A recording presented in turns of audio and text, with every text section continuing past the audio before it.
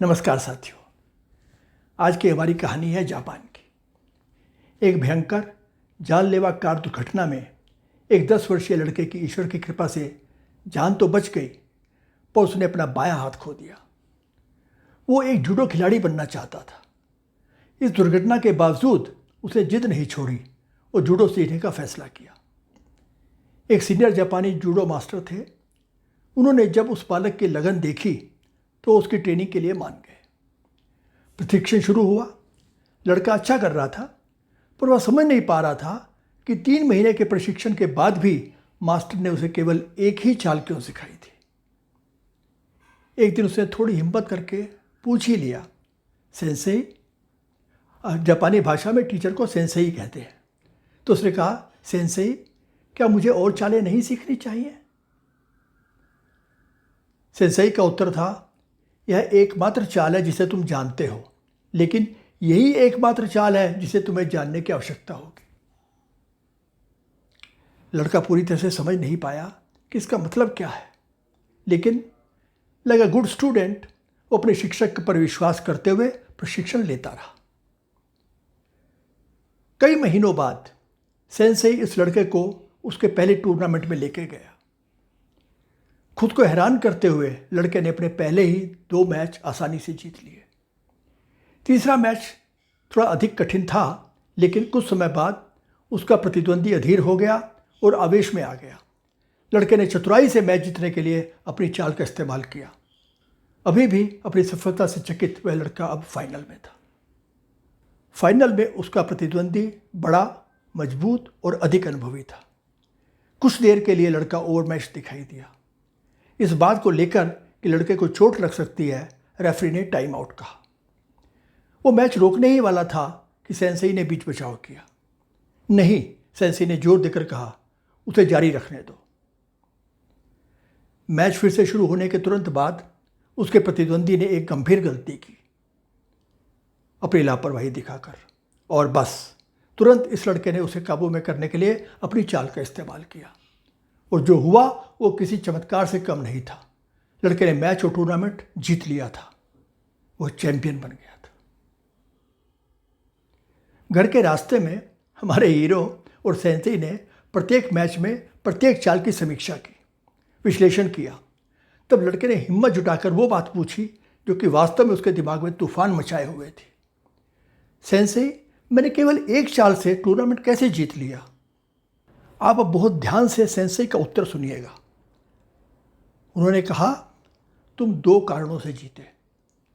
सबसे पहले तुमने जूडो में सबसे कठिन चालों में से एक में निपुणता हासिल कर ली है, और दूसरा, उस चाल के लिए अभी तक की जानकारी के अनुसार एकमात्र बचाव है अपने प्रतिद्वंदी का बायां हाथ दबोचना। क्या समझे मित्रों? जब तक आप इस झटके से उभरें और आज की टिप के लिए तैयार हों, एक नज़र डाल लेते हैं अपने टेम्पलेट पर।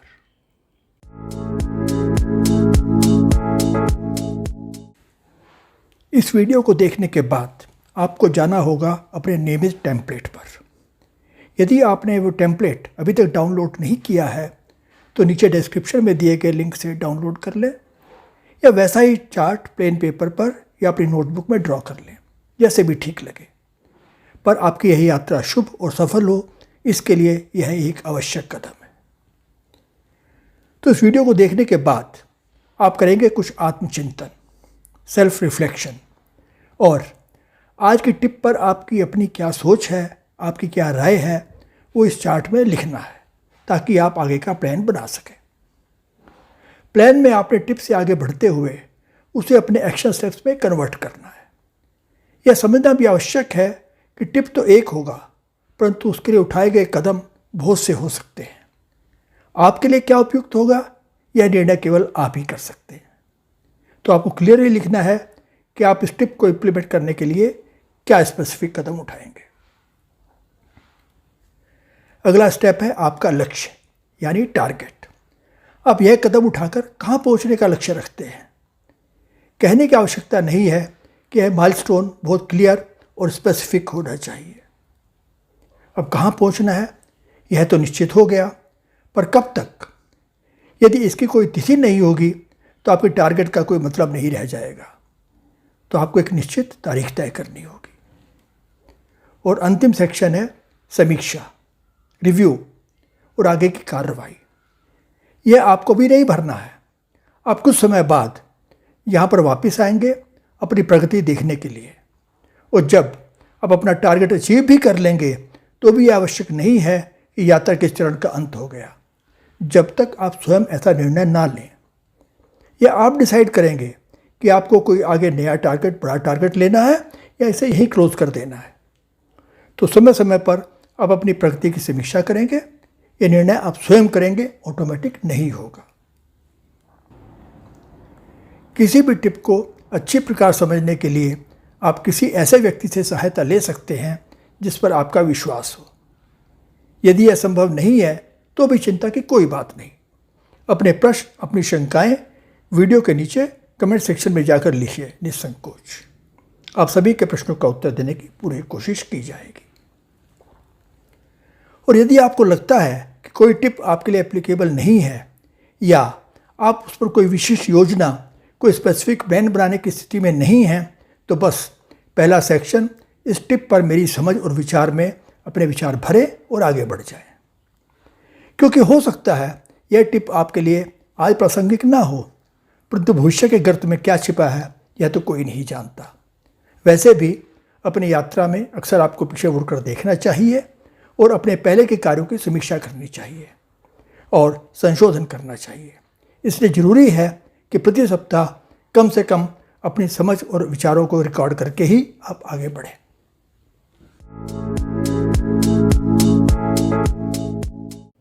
तो आइए अब देखते हैं कि आज की टिप क्या है। किसी भी विकास कार्यक्रम को तैयार करने के लिए अपनी शक्तियों और सीमाओं को जानना बहुत जरूरी है।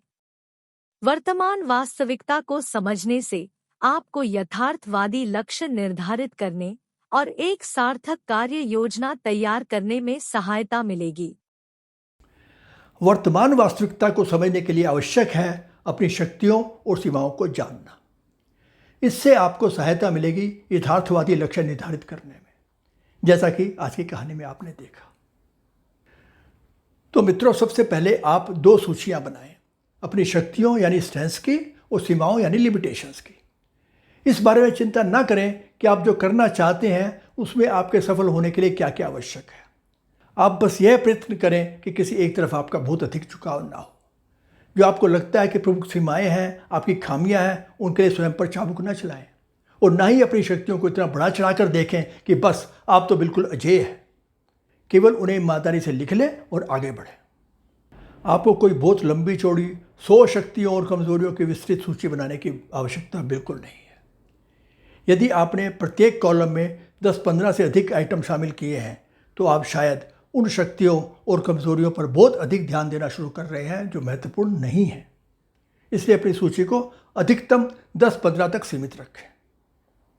आप इस सूची में क्या जोड़ सकते हैं? इसमें आपके व्यक्तित्व के पहलू हो सकते हैं, जैसे परिश्रमी, प्रेशर झेलने की क्षमता या आत्मविश्वासी, या आपकी कुछ स्ट्रेंथ टेक्निकल हो सकती हैं, जैसे वेब डेवलपमेंट, प्रोजेक्ट मैनेजमेंट आदि आदि।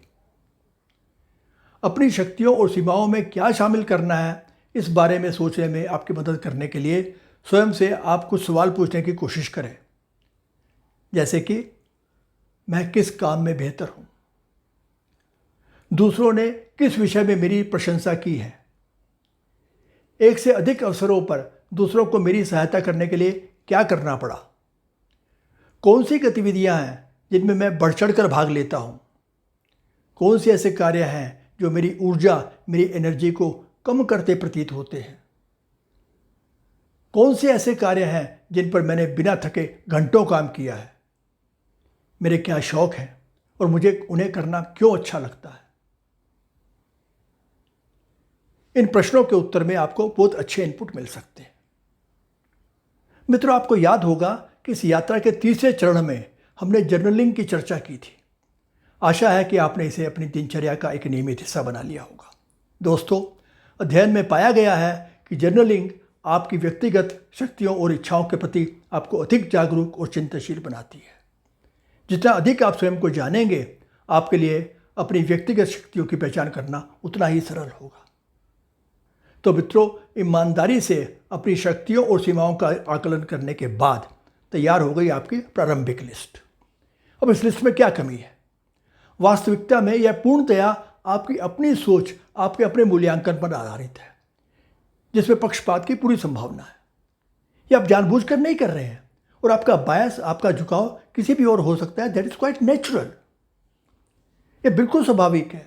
अधिकांश लोग अपने आप को या तो बहुत अधिक या बहुत कम आंकते हैं, और अधिक स्पष्टता हासिल करने और अपने बारे में सच्चाई के करीब आने में मदद करने के लिए हम सभी को किसी तरह के साउंडिंग बोर्ड की ज़रूरत होती है, और बस यहीं से दूसरे लोग काम आते हैं। तो इसलिए अब अगला कदम है आपके निकटतम लोगों से इनपुट प्राप्त करने का। ये लोग कौन हो सकते हैं? आपके करीबी दोस्त, परिवार के सदस्य या आपके टीचर, सलाहकार, मेंटर आदि। इसमें सबसे आवश्यक बात है कि व्यक्ति ऐसे हों जिन पर आप भरोसा करते हो। 3 से 5 लोगों के बारे में सोचने की कोशिश करें जिनकी राय को आप महत्व देते हैं और जिन्हें आपके साथ लंबे समय तक रहने या काम करने का अवसर मिला है। ये ऐसे लोग हों जिन्होंने कई अलग अलग स्थितियों में आपके व्यवहार और चरित्र का अवलोकन किया हो। अधिकांश लोगों के लिए ये हो सकते हैं सबसे अच्छे मित्र, भाई बहन, माता पिता या आपके टीचर। इसमें केवल ये नहीं मायने रखता कि आपका संबंध कितना पुराना है, बल्कि सबसे महत्वपूर्ण बात यह है कि आप अपने बारे में उनके विचारों को महत्व देते हैं। कुछ मित्र और परिवार के सदस्य भी बहुत अधिक पक्षपाती हो सकते हैं। हो सकता है कि वे सोचते हों कि आप जो कुछ भी करते हैं वह अद्भुत है, या उनकी राय अक्सर हानिकारक और हतोत्साहित करने वाली भी हो सकती है। इसलिए सावधानीपूर्वक ऐसे लोगों का चयन करें जिनका संतुलित और सहायक होने का अच्छा ट्रैक रिकॉर्ड हो, भले ही उन्होंने कभी आपको कुछ ऐसी बातें कही हों जिन्हें आप नहीं सुनना चाहते हो। एक बार जब आप लोगों का एक ऐसा समूह चुन लेते हैं तो उनसे संपर्क करना होगा। आप उनमें से प्रत्येक के साथ बैठकर बात कर सकते हैं, या बस कुछ प्रश्नों के साथ एक ईमेल भी भेज सकते हैं और उनकी ईमानदार प्रतिक्रिया मांग सकते हैं। परंतु यह सुनिश्चित करें कि उन्हें स्पष्ट किया जाए कि आप उनकी राय क्यों पूछ रहे हैं। उन्हें बताएं कि आप उन्हें अपना शुभचिंतक मानते हैं और स्वयं के विकास के लिए अपनी शक्तियों और सीमाओं को आंकने की कोशिश कर रहे हैं। उनसे पूछें कि आपके बारे में ऐसा क्या है जो लगता है उन्हें कि आपकी सफलता में योगदान देगा, और फिर उनसे कहें कि वे बताएं कि उनके अनुसार आप में कौन सी कमियां हैं जो आपको पीछे खींच सकती हैं। आमने सामने की मुलाकात या ईमेल, कौन सा विकल्प ज़्यादा उपयुक्त है? देखिए, दोनों के पक्ष में बोला जा सकता है। ईमेल निस्संदेह ज़्यादा सुविधाजनक कही जा सकती है, क्योंकि इसमें तुरंत उत्तर देने का दबाव नहीं होता। साथ ही उन्हें प्रतिक्रिया के बारे में सोचने का समय मिल जाता है और वे अधिक ईमानदारी से सोच समझ कर अपनी बात रख सकते हैं। वहीं दूसरी ओर आमने सामने बैठकर अधिक आत्मीयता के साथ खुलकर बातें की जा सकती हैं। आप किसी भी विकल्प को चुनें, परंतु ध्यान रहे कि इस प्रक्रिया में आपको पूरी तरह से सकारात्मक एवं रिसेप्टिव रहने की आवश्यकता है। एक बार जब आप सभी इनपुट प्राप्त कर लेते हैं तो आपको उन आइटम की तलाश करनी होगी जो उनमें समान है। प्रत्येक प्रतिक्रिया को पढ़ें और सोचें कि इसका क्या अर्थ है। यह पता लगाने की कोशिश करें कि प्रत्येक व्यक्ति किस लक्षण को इंगित कर रहा है, और उन समान लक्षणों को खोजें जिनका उल्लेख बहुत से लोग करते हैं। अब इन प्रतिक्रियाओं की अपनी सूचियों से तुलना करें। आप पाएंगे कि आपके द्वारा बनाई गई सूची में से कुछ स्ट्रेंथ्स और लिमिटेशंस की पुष्टि इन लोगों द्वारा की जाती है, जबकि कुछ ऐसी है जो उन लोगों के लिए उतनी महत्वपूर्ण नहीं है। इन सब को देखते हुए अपनी सूची में सुधार करें। आपके द्वारा अपना विश्लेषण और दूसरों से ली गई राय के अलावा पर्सनैलिटी टेस्ट भी आपको अपनी शक्तियों और सीमाओं को पहचान करने में मदद कर सकते हैं। इनमें MBTI, Myers-Briggs type indicator, 16PF और डिस्क प्रोफाइलिंग आदि काफ़ी लोकप्रिय है। अब चाहें तो अधिक स्पष्टता के लिए इनका उपयोग कर सकते हैं। तो साथियों, इस तरह अपनी शक्तियों और सीमाओं की एक अच्छी तस्वीर मिलने के बाद आपको निश्चित करना है कि आप अपनी शक्तियों का भरपूर उपयोग करें और साथ ही मूल्यांकन करें कि आपको किन सीमाओं पर अतिरिक्त ध्यान देने की आवश्यकता है। इतना ही नहीं, किस प्रकार अपनी कमजोरियों को, सीमाओं को आप अपनी शक्ति में परिवर्तित कर सकते हैं, यह आपने आज की कहानी में देखा। आपने देखा कि उस लड़के के बायां हाथ न होने की कमजोरी को उसके सेंसेई ने कैसे उसे सबसे बड़ी शक्ति में बदल दिया, उसे एक ऐसी चाल में पारंगत बनाकर जिसकी काट तो उसके बाएं हाथ में ही थी। ना होगा बायां हाथ और ना होगी उस चाल की काट। मित्रों, अक्सर मुझे ऐसे लोग मिलते हैं जो कहते हैं कि सुधार की संभावना तो हर क्षेत्र में रहती है, पर क्या आप सब क्षेत्रों में सुधार कर सकते हैं? और क्या इसकी आवश्यकता भी है? देखिए, इस मामले में आपके पास सीमित संसाधन है, चाहे वो समय हो या धन। इसलिए सोच समझ कर निर्णय लें कि आपके लिए किन क्षेत्रों में काम करना अधिक लाभदायक होगा। साथियों, मुझे आशा है कि आपको आज की टिप से आगे बढ़ने में सहायता मिलेगी। तो चलिए अब इस टिप पर अभी से काम करना शुरू कर दीजिए।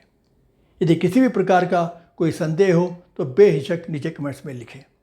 वैसे भी मुझे आपके कमेंट्स की प्रतीक्षा रहेगी। आपसे अनुरोध है कि इस वीडियो को लाइक करें, अधिक से अधिक शेयर करें और चैनल को सब्सक्राइब अवश्य करें। तब अगले शनिवार तक के लिए नमस्कार।